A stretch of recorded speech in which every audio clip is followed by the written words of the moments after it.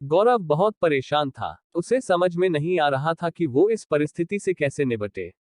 वो अपनी माँ को बहुत चाहता था, किंतु उसकी पत्नी और बच्चे उसकी माँ से बहुत दूर भागते थे, क्योंकि उसकी माँ की एक आंख नहीं थी, साथ ही उसकी कमर भी पर झुकी हुई थी।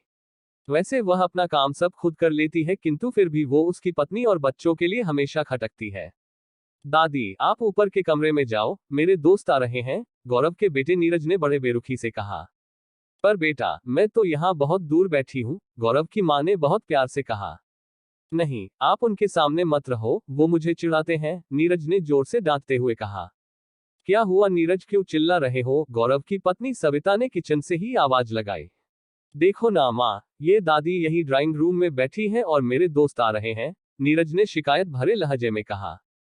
माँ जी, आप ऊपर चली जाओ, क्यों हम लोगों को लजवाती हो? कामनी ने बेटे का पक्ष लेते हुए कहा। बेचारी मधुबाला चुपचाप उठकर जीने के सहारे ऊपर जाने लगी।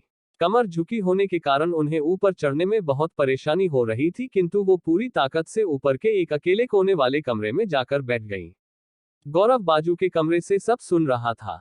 उसे कष्ट हो रहा था कि उसकी माँ को अपमानित होना पड़ रहा है, किंतु वो असहाय था। अगर वो कुछ कहता है तो पत्नी और बच्चे उसका विरोध करने लगते हैं। दूसरे उनके तर्क भी सही लगते हैं। चूंकि वो एक प्रशासनिक अधिकारी था, उसका सामाजिक स्तर बहुत ऊंचा था, उसकी ससुराल भी एक उच्च घराने में थी, अतः वह चुपचाप इस तरह हर दिन अपनी माँ को अपमानित होते देखता रहता था। रात को गौरव की पत्नी ने कहा, देखो जी, अब कुछ करो। कल कलेक्टर साहब की पत्नी आई थी। माँ जी अपनी देशी धुन धारा में उनसे मिली। मुझे बहुत शर्म आ रही थी बताते हुए कि ये मेरी सास है। मैंने कह दिया कि दूर की रिश्तेदार है, इलाज कराने आई है। गौरव को रोना आ गया, किंतु फिर भी वह चुप रहा। उसे समझ में नहीं आ रहा था कि वो क्या करे। अपने बेटे की मन स्थिति को मधुबाला अच्छी तरह से जानती थी और बेटे को कोई कष्ट न हो इसलिए वो हर बात को चुपचाप सह लेती थी। गौरव बहुत उदास रहने लगा। एक तरफ परिवार और सामाजिक स्तर पर जीने की प्रतिबद्धता थी, तो दूसरी ओर माँ। आखिर माँ से अपने बेटे की यह हालत नहीं देखी गई। एक दिन उसने अपने बेटे से कहा, गौरव बहुत दिन हो गए हैं, मैं अपने गांव जाना चाहती हूँ। मुझे वहां पहुंचा दो, मेरा यहाँ मन नहीं ला रहा। किंतु माँ, वहां तो कोई नहीं है, तुम्हारी देखभाल कौन करेगा? गौरव ने आश्चर्य से पूछा। अरे, सब गांव वाले तो हैं और वो तुम्हारे मामा जी तो उसी गांव में रहते हैं और फिर हम सारी व्यवस्थाएं कराएंगे ना। सविता को तो जैसे मन की मुराद मिल गई हो। हाँ बेटा, बहू सही कह रही है, मधुबाला ने लंबी सांस लेते हुए कहा। गौरव जानता था कि गांव में मां की देखभाल करने वाला कोई नहीं है, लेकिन अपनी पत्नी की जिद के कारण वह अपनी मां को गांव छोड़ने पर विवश हो गया। मां को गांव छोड़कर आते वक्त उसे रोना आ रहा था तथा अपनी बेबसी पर गुस्सा भी आ रहा था, किंतु परिवार, पत्नी और समाज ने उसके इन मनोभावों को दबा दिया और वो सुकून सा महसूस करने लगा। कुछ दिनों के बाद उसके चाचा, जो दूसरे शहर में रहते थे, आने वाले थे। जब गौरव बहुत छोटा था, उसके पिता जीवित थे तब वो वहां आए थे और उसके बाद वो अब उसके यहाँ आने वाले थे। पूरा परिवार और आस पड़ोस बहुत उत्साहित था। दूसरे शहर से गौरव के डॉक्टर चाचा आ रहे थे। डॉक्टर सुरेश ने जैसे ही घर में कदम रखा, सबने मिलकर बहुत उत्साह से उनका स्वागत किया। क्यों गौरव, भाभी नहीं दिख रही, कहाँ है? डॉक्टर सुरेश ने उत्सुकतापूर्वक पूछा। जी, वो गांव में रहती हैं, यहाँ उनका मन नहीं लगा, सविता ने सपाट लहजे में उत्तर दिया। डॉक्टर सुरेश ने गौरव की ओर देखा तो गौरव ने अपनी आंखें झुका ली। डॉक्टर सुरेश सब समझ गए। बोले, कल हम भाभी से मिलने गांव चले गए सब लोग। दूसरे दिन सभी लोग गांव के घर में पहुंचे। देखा कि मधुबाला को बहुत तेज बुखार है और वो पलंग पर असहाय पड़ी है। डॉक्टर सुरेश दौड़कर सरस्वती के पास गए। उनके पैर छूकर रोने लगे। मधुबाला की ये हालत उनकी कल्पना से परे थी। वाह बेटा गौरव, तूने तो नाम उजागर कर दिया।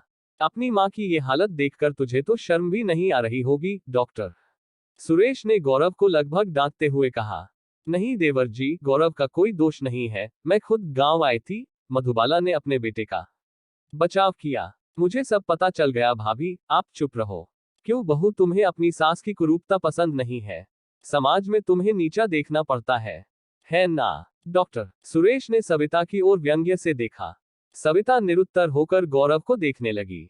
आज तुम जिस सामाजिक स्तर पर हो, वो इन्हीं के संघर्षों की देन है। और बेटा गौरव, तुम्हें शायद मालूम न हो कि बचपन में जब तुम 1 साल के थे तब छत से नीचे गिरने के कारण तुम्हारी एक आंख फूट गई थी और तुम्हारी रीढ़ की हड्डी में भी समस्या थी।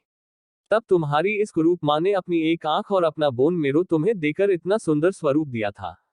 सविता बेटा, इतने सालों तक संघर्ष करके बेटे को प्रशासनिक अधिकारी बनाने वाली इस संघर्षशील औरत की तुम लोगों ने यह दशा कर दी। तुम्हें ईश्वर कभी माफ नहीं करेगा। डॉक्टर सुरेश की आंखों से अश्रु जलधारा बह रही थी। अब भाभी, आप मेरे साथ मेरे शहर जाएंगी, यहाँ इन स्वार्थी लोगों के बीच नहीं रहेंगी। डॉक्टर सुरेश ने मधुबाला से कहा। गौरव को तो काटो तो खून नहीं था। डॉक्टर सुरेश जो उसके चाचा थे, उन्होंने जो राज बताया उसके बाद तो को यही लग रहा था कि उससे ज्यादा पापी इंसान इस दुनिया में कोई और है ही नहीं। वह दौड़ता गया और मां मधुबाला के कदमों से लिपट गया। मां, मेरा अपराध अक्षम्य है। मैं जानबूझकर चुप्पी साधे रहा, आपका अपमान करवाता रहा। अब सिर्फ आप ही उस घर में मेरे साथ रहेंगी और कोई नहीं। गौरव ने आग्नेय दृष्टि से अपनी पत्नी और बच्चों को देखा। सविता को भी बहुत पश्चाताप हो रहा था, किंतु उसकी हिम्मत नहीं हो रही थी कि वो मधुबाला से आंख मिलाए। मधुबाला ने सविता की मन स्थिति को समझकर उसको पुचकारते हुए अपने पास बुलाया और गौरव को डांटते हुए कहा, खबरदार, जो मेरी बहू को मुझसे अलग करने की कोशिश की तो तुझे ही घर से बाहर निकाल दूंगी। सविता और बच्चों ने मधुबाला के पैर पड़ते हुए अपने व्यवहार पर माफी मांगी और मां के हृदय ने सबको माफ कर दिया।